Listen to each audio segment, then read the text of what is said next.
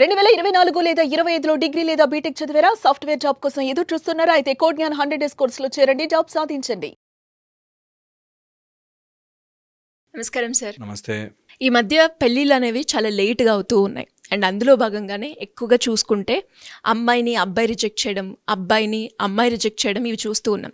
రీసెంట్‌గానే సార్ ఒక ఇన్సిడెంటే జరిగింది అని చెప్పొచ్చు. నాకు తెలిసిన వాళ్ళలోనే. అంటే ఒక అమ్మాయికి పెళ్లి చూపులయ్యాయి. అబ్బాయి వచ్చాడు, చూసారు. తర్వాత నెక్స్ట్ డే నాకు వద్దు ఆ అమ్మాయి అని చెప్పి ఒక రీజన్ కూడా చెప్పడం జరిగింది. ఆ అమ్మాయి ఇన్‌స్టాలో ఒక అబ్బాయికి లైక్ కొట్టింది. నాకు అది నచ్చలేదు అని అలా రిజెక్ట్ చేశారనమాట. అంటే కారణం ఏదైనా అయి ఉండొచ్చు, కానీ ఒక అమ్మాయి అక్కడికి వెళ్ళి అబ్బాయిని చూడడము అలాంటి ఎక్స్పీరియన్స్ అనేవి చాలా తక్కువ అవుతాయి. అలా చూసిన వాళ్ళని ఫస్టే చేసేసుకోవాలి అన్న ఫీలింగ్లో కూడా కొంతమంది అమ్మాయిలు ఉంటారు. అలా రిజెక్ట్ చేసిన అమ్మాయి యొక్క పరిస్థితి ఏ విధంగా ఉంటుంది మానసికంగా? ఇక్కడ చాలా కోణాలు ఉన్నాయి, ఇందులో డిఫరెంట్ యాంగిల్స్.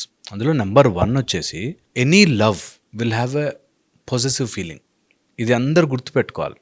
ఒక తల్లికి బిడ్డ మీద కూడా ఆ పాజిటివ్నెస్ ఉంటుంది. అలాగా positiveness is part of love. చాలా మటుకు చాలామందిలో ఇది ఉంటుంది. సో ఎంగేజ్మెంట్ అయిపోయింది, ఆ కమ్యూనికేషన్ చెప్పడం రాక ఇబ్బంది పడతారు. కానీ వేరే వాళ్ళకి లైక్ కొడుతున్నావా, వేరే అబ్బాయితో క్లోజ్గా మాట్లాడుతున్నావా, లేకపోతే నేను ఉన్నాను కదా, నేను వద్దు అన్నాక కూడా ఎందుకు ఆ పని చేస్తావు, ఈ టైప్లో కొంత లవ్లో పొజెసివ్నెస్ వస్తుంది. ఇది కమ్యూనికేట్ చేయడం రావాలి, వెరీ వెరీ ఇంపార్టెంట్. ఇది చెప్పుకోలేకపోతే ఇలాగే గొడవలు అవుతాయి. నేను ఫ్యామిలీస్లో చూస్తున్నప్పుడు ఎంతోమంది వాళ్ళేదో అన్నారని, వీళ్ళేదో అన్నారని, మా నాన్న చెప్పాడని, మా అమ్మ చెప్పాడని రిజెక్ట్ చేసిన వాళ్ళు ఉన్నారు. అలా ఒకవేళ అమ్మాయి రిజెక్ట్ అయిపోతే తన మానసిక పరిస్థితి విల్ బి రియలీ షాటర్డ్. అరే నేను ఇంత చేశాను, నేను ఇంత ఇష్టపడ్డాను, లైక్ చేశాను, నేను నా ఫుల్ లైఫ్ తనతో లివ్ చేద్దామని చెప్పి నేను ఫిక్స్ అయితే ఆయన అంత ఈజీగా ఎలా నో చెప్పేశాడు అని ఉంటుంది. బ్యాక్గ్రౌండ్లోకి వెళ్తే చాలా జరుగుంటుంది స్టోరీ. జస్ట్ లైక్ కొట్టాడని చెప్పి నేను నో అన్న కాదు, ఆ ముందేదో డిస్కషన్ జరిగి ఉంటుంది. అది చెయ్యకు అని చెప్పినా కూడా కొంతమంది మొండితనంగా వెళతారు, నేను ఎందుకు చేయకూడదు. సో ఎప్పుడైనా అట్లా కొన్ని ఉంటే ఇద్దరు అండర్స్టాండింగ్, ఎప్పుడు వైఫ్ అండ్ హస్బెండ్ మధ్యలో స్టెప్ 1 స్టెప్ 2 అని ఇద్దరూ ఉండాలి, ముందుకేయాలి. నా రూల్ ప్రకారమే ఉంటాను అన్నప్పుడు గొడవలు జరుగుతాయి. ఇలా ఒకవేళ అమ్మాయికి అయితే వెరీ ఇంపార్టెంట్ దట్ అట్లీస్ట్ ముందే తెలిసిపోయింది, బయటపడిపోయావు, బీ హ్యాపీ. ఓకే. సెకండ్ వచ్చేసి అలా నేను రెస్ట్రిక్ట్ చేయాలి అని అనుకుంటే కమ్యూనికేటెడ్, మాట్లాడుకోవడం, చెప్పడం దట్ ఇలా రెస్ట్రిక్ట్ చేయకు, ఐఎమ్ ట్రూత్ఫుల్, ఐఎమ్ ఆనెస్ట్, నాకు తెలిసి ఎలా ఉండాలో, ఐఎమ్ ఆల్సో ఎడ్యుకేటెడ్ అని ప్రూవ్ చేయగలగడం. థర్డ్ వచ్చేసి ఇది ఎక్స్‌ప్లాయిటింగ్గా మారుతుంది. అంటే నువ్వు ఇది చేయకు, ఓకే విన్నాను, ఇంకా అది చేయకు, వింటాను, అలా ఇంకా టూ మెనీ డిమాండ్స్ అయిపోతాయి.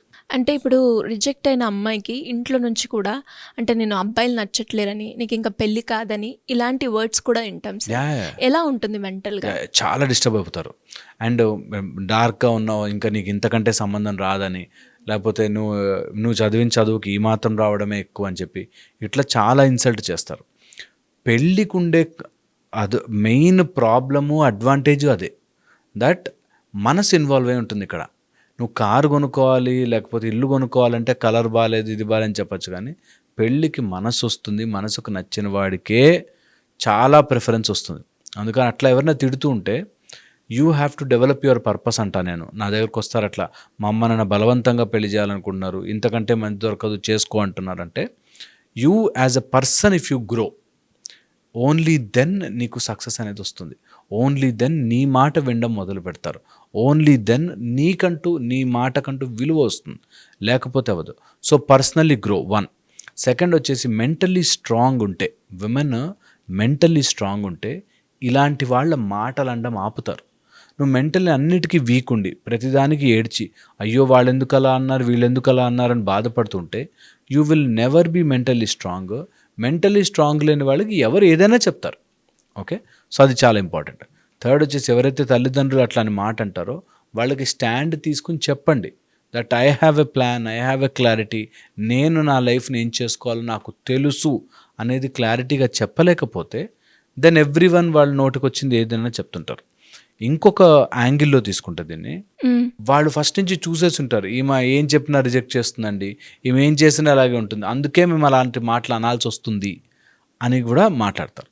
సో ఒక సిచ్యువేషన్ని మనం అన్ని రకాలుగానూ ఆలోచించుకుని చేసుకోవాలి. అలా గనక ఒకవేళ రిజెక్ట్ అయ్యి మ్యారేజ్ దాకా వచ్చి ఫెయిల్ అయ్యి బ్రేక్ అయితే ఆ అమ్మాయికి డిప్రెషన్లోకి వెళ్ళే ఛాన్స్ ఉంటుంది. తర్వాత ఫ్రెండ్స్ నుంచి పియర్స్ నుంచి ప్రెషర్ వస్తుంది కాబట్టి వాళ్ళకి కౌన్సిలింగ్ ఇప్పించుకోవాల్సి వస్తుంది. అండ్ నిజంగా ప్రీ మ్యారిటల్ కౌన్సిలింగ్ చాలా హెల్ప్ చేస్తుంది.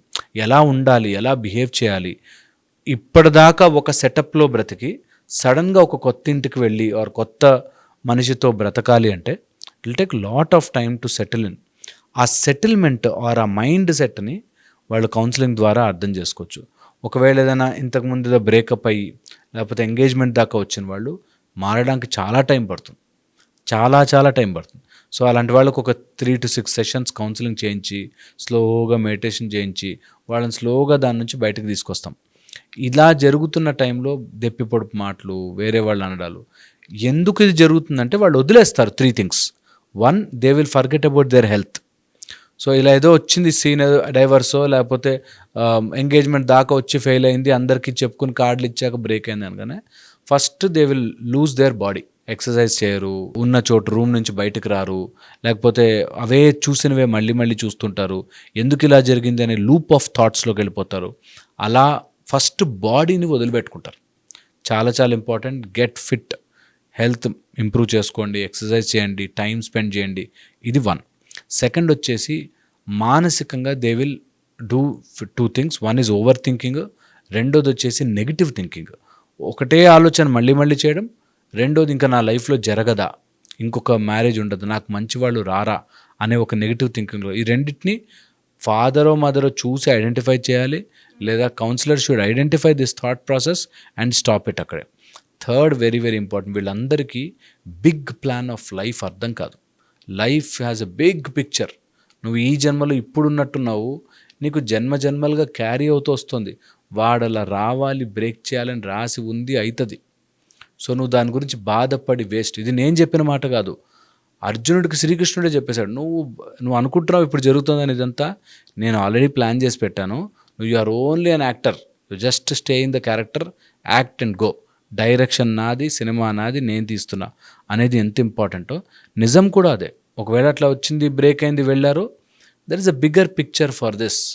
నాకు తెలిసిన దానికంటే బిగ్ పిక్చర్లో చాలా తెలుసు అనేది మైండ్లో పెట్టుకుంటే you will come out of the trauma తొందరగా. ఓకే, సో స్పిరిచువల్లీ కూడా కొంచెం ఇంక్లినేషన్ ఉంటే ఇలాంటివన్నీ. And I always say women are always stronger. So దాన్ని మైండ్కి ఎక్కించుకుంటే బెటర్గా ఉంటుంది hopefully. Yes, thank you sir, thank you so much.